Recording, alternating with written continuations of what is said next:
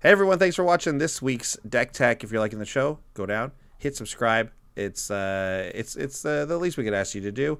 And if you love the show, go over and check out our Patreon, patreon.com/commandersbrew. If you want, you can donate a bit of money. If not, just tell your friends. Anyways, let's get to this week's Deck Tech, which is I'm excited about. I can't wait. This is first in our in real life series, meaning that this is a real deck that I have in real life. This is exactly as it is right now in my house, in my deck box, and as you will see if you play against me at a GP or something. Yeah, this is your real life Marath Will of the Wild deck. I've played it against it many times, including just this past weekend. Yes. How long would you say you've had this deck? I've had this deck since, I guess it was since about this precon has come out, and it's seen many different iterations. So late 2013, like November 2013, I think these decks came out. I think I got one pretty much right away. I feel like it was like in that November or December. And at first, I took a lot of cards out and used it for my ale. And I had Marath be the head of like a beast tribal deck, which is what that precon wanted to be. I very quickly said no to that because it wasn't any good. Then it was an X spell, like kind of big mana deck, which it was for a while, and then eventually kind of morphed into this combo, and then like leaning more towards tokens eventually, and then we got to the token Super Friend deck that it is today. I say Super Friends, but there's and there's 10 Planeswalkers in this deck. 10%. So, yeah, right. So it's not like super hard on the Super Friends angle, but there's a definite Planeswalker sub-theme. There's an enchantment sub-theme. There's all kinds of stuff. This deck is a lot of fun. Tons of synergy. So over those years, I've managed to accrue some big money cards through trades and just cracking them from packs and stuff like that. So this deck, spoiler alert, this budget report is going to be the biggest we've ever had. Yeah, can't wait. Let's break this deck down. Yeah, in real life series, let's do it. Okay, so Marath Will of the Wild, of course, you love this big caribou looking thing. The X ability on Marath is what's going to give us our tokens. We can spend one to remove a counter from Marath and then make a token, but also the other abilities are not irrelevant. Creating putting +1/+1 counters on things is also going to be something we're going to want to do, especially on Marath herself. And then also, once in a while, that pinging ability, you need to get rid of a utility creature, you're going to want to do it. So Marath is a very flexible and excellent commander in general. The fact that Marath came out of the 2013 precon should give you a little bit of a hint that maybe it's high on the power level. Yeah. Because they all were that year. Yeah.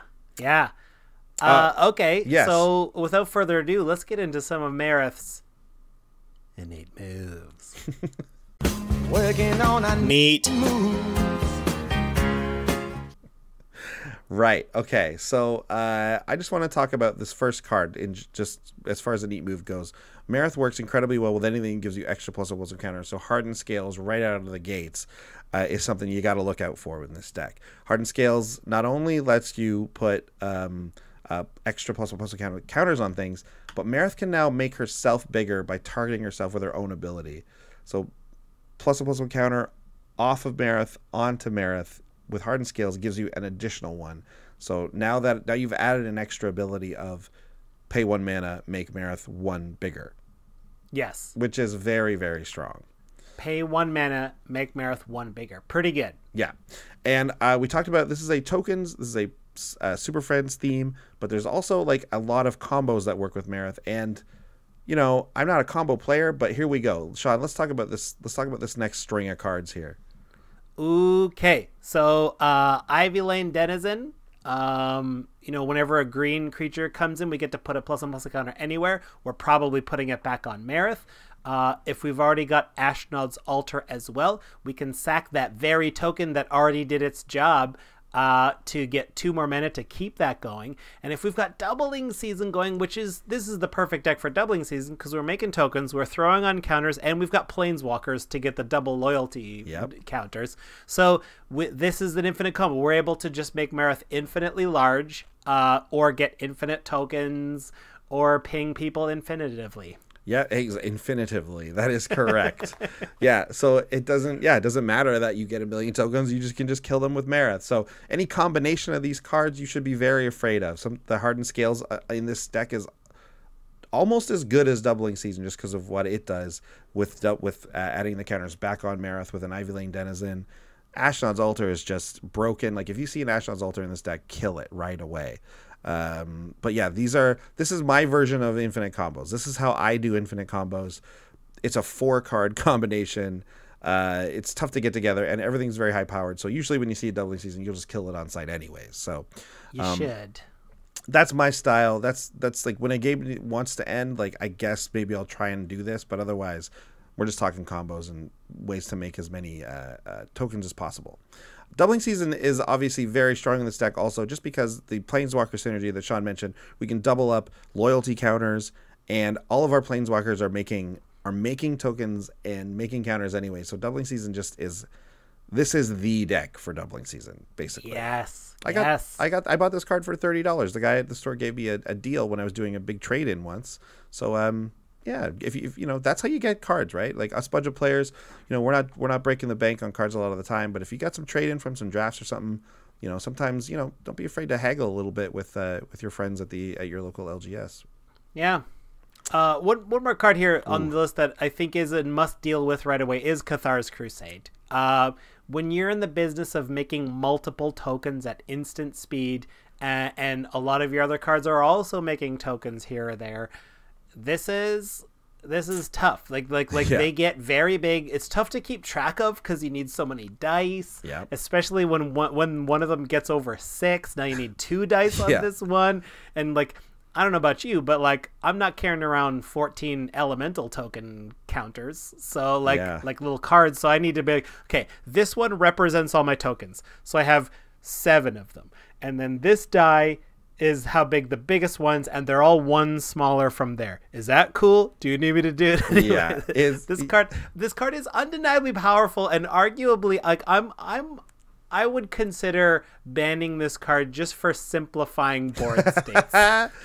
Well, I mean, it certainly is. It would simplify the board states, but make them a lot less powerful, especially since, like Ivy Lane Denizen, anytime you make a counter or make a token with Marath, you actually don't lose the counter from Marath because Cathars Crusade puts it on all the creatures, including Marath. So as much mana you have, same thing with Ivy Lane Denizen, as much mana as you have, that's how many tokens you can get that turn from Marath without killing her. Although you're not afraid to kill Marath in this deck, because it's good to recast her sometimes. Another card that we love in this deck is Oath of Gideon. It makes tokens. It adds loyalty to Planeswalkers. It's everything we want to do. And it plays into the enchantment sub-theme, which we also have in this deck. Yes. So the enchantment sub-theme, let's talk about Sterling Grove to lead us off. It gives all your other enchantments Shroud, and you get to use it as a tutor by sacrificing it to grab another enchantment card, which could be any of the following. Maybe we're going to go grab a Growing Rites of Itlamok, which there aren't a ton of creatures in this deck. So how do you ever find you whiff with this for the creature part of it? Sometimes yes, absolutely. There's about 13 creatures in the deck, and Growing Rites usually hit a creature, but sometimes you don't. It's not a big deal. This is, you know, definitely possible, but when you're flipping it with this many tokens, you're generating a ton of mana as the flipped side anyway, so it's probably fine. It's probably a fine deal. Yeah. You might want to find Aura Shards with it. Aura Shards is another classic enchantment that when you're able to generate tokens at instant speed, as we mentioned, Aura Shards becomes incredibly powerful, more so than normal. Yeah, so powerful. The instant speed ability just makes it broken.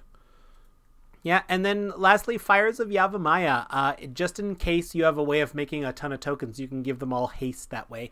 And you can sacrifice them as a mini boost if people decide to block foolishly and aren't expecting you to crack it. Yeah, you're basically never doing that, but you know, it is there. Yeah. Yeah. Haste enablers are always important in token decks for you to be able to make all your tokens, drop it, and then go when people were not expecting it. It's great. Like it's hot. And I wanted to put in the new one from Allegiance, but it's only non-token creatures, so that's a bummer. I know. Finally, on the way out here, talking about combos, Death's Presence is a card that I've had in this deck forever. and it's five. It's the 5 and a green enchantment. Then when something dies, whatever its power is, you put that many plus counters on a target creature. So now whenever one of our tokens dies, you get to put that back on Marath, which of course when we have Ashnod's Altar is now generating us mana because we've now got 2 mana, and then we put that counter back on Marath. Now you use that mana to make another 2 tokens, and then we sack one of them and so on. It's an infinite combo of getting an infinite number of creatures without having Marath die. And like death triggers, if you have a way to care about that or whatever, you can do that. It's just something that like this is maybe the oldest combo I've had in the deck, so I thought it would be fun to mention that one. But you're here for the Super Friends, right? You're here for the tokens. You're also here for the Super Friends. Let's talk about what Planeswalkers we have in this deck, right? We have multiple instances of most of these, starting with my favorite one, Nissa, Voice of Zendikar. Nissa does everything you want to do. She makes tokens. She puts plus counters on each creature, which is also like we have a couple of Planeswalkers that do that. And also she can draw us cards as her ultimate. Ultimates we're not super worried about, even though we have doubling season. Like we're mostly here for the +1s and -2s of the world when we're talking about our Planeswalkers for this deck. Yep. We got only a single Garruk Wild Speaker. This is the one that untaps lands, makes a beast, and has Overrun as its ability. Again, when we got a lot of tokens, Overrun is fantastic. Garruk starts only 1 away from that ability too, if you need to. Yeah, that kind of sneaks up on people. Like mostly we're used to ultimates being way more than that. The Planeswalker I've by far ultimated the most, oddly enough, is Ajani Steadfast. Weird. Yeah, it's really weird considering it's a -7 for its ultimate. But this guy he gives like his +1 is like largely irrelevant, but sometimes he gain you a little life if you need because it gives the thing First Strike, Vigilance, and Lifelink. The -2 is exactly where we want to be, and the reason he's in the deck, which is putting +1/+1 counters on all of our creatures and loyalty counters on other Planeswalkers, so that's really nice. Which is doubled with doubling season. Yeah, right, it is. yeah. And the -7 is like it prevents all damage except for 1 to creatures and Planeswalkers. I've had that happen the most times of any Planeswalkers in this deck, and it does just win you the game. I've even won this when Nekusar's been out, and that basically does nothing to Nekusar. It just stops everyone just doesn't even bother attacking you. Once you have that. I think I've had this one ultimate. I ran this in a Gave deck in the past, and have ultimated it as well. I think it's when you're giving something, you've already got a board, and you're like, well, now I get to attack with it in its vigilance. Like I feel it's easily protected. Yeah, it is. Ajani is strong, and all the Ajanis are very good, and they're not usually that good in Commander, but in this deck they're great. There's one Xenagos the Reveler. I think there is only one Planeswalker to begin with. Yes. This is the one that adds, so with a lot of tokens, this usually just generates mana. You can often profit mana by dropping a Xenagos. Mm-hmm. You can make Satyr tokens if you need to. And then the minus ability, you just get to exile, you get to exile 7 and put any number of creature or lands cards. But again, this is not a creature heavy deck, so this is not in here for that. I assume, Andy, it's in here just for profiting on mana. Yeah, this is definitely a holdover from the X-Spell version of the deck, but I found that even with the token version, I was still very happy to be making that much mana and making the occasional token with haste once in a while as well. Yeah. And finally, one of the best token creators in as far as Planeswalkers go is Elspeth, Sun's Champion. She makes 3 soldier tokens with her plus ability, which is very strong. Then she board wipes anything with power 4 or greater as her -3. Like that alone is great. And then if you can get to her ultimate, having the flying +2/+2 anthem is obviously very strong as well. So like she does absolutely everything you want. It's 6 mana, which is a high cost, but she's a great Planeswalker, one of the best. This is the one I remember when we were playing Theros, I wanted to crack this so badly because I wanted it for this deck, and then I never did. And then our good friend Scott Butler gave it to me for my birthday. Aww. What a nice little birthday gift. Very Magic nice. cards are very good birthday gifts because they're actually not expensive.